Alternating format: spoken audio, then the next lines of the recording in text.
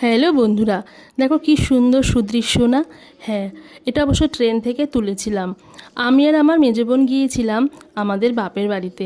তুমি যত জায়গায় ঘুরো না কেন, যখন তুমি তোমার নিজের বাপের বাড়িতে যাবে, দেখবে অন্যরকম একটা অনুভূতি তোমার মনের মধ্যে জাগবে। যদিও বাপের বাড়ি আজ আমাদের আর বাপের বাড়ি নেই, বাড়িটা আমরা বিক্রি করতে বাধ্য হয়েছিলাম। সে গল্প পরে একদিন তোমাদের শোনাবো। আর ট্রেনে যাওয়ার সময় দেখো পেয়ারা আম উঠেছিল, একটু একটু করে সবটাই ট্রাই করলাম। যখন স্টেশনে নামলাম, হ্যাঁ বলি, দেগঙ্গার কোনো নির্দিষ্ট স্টেশন নেই, ভাসলিয়া স্টেশনে নেমে যেতে হয়। আর আমার বোন এখান থেকে অবশ্য অফিসে যেত।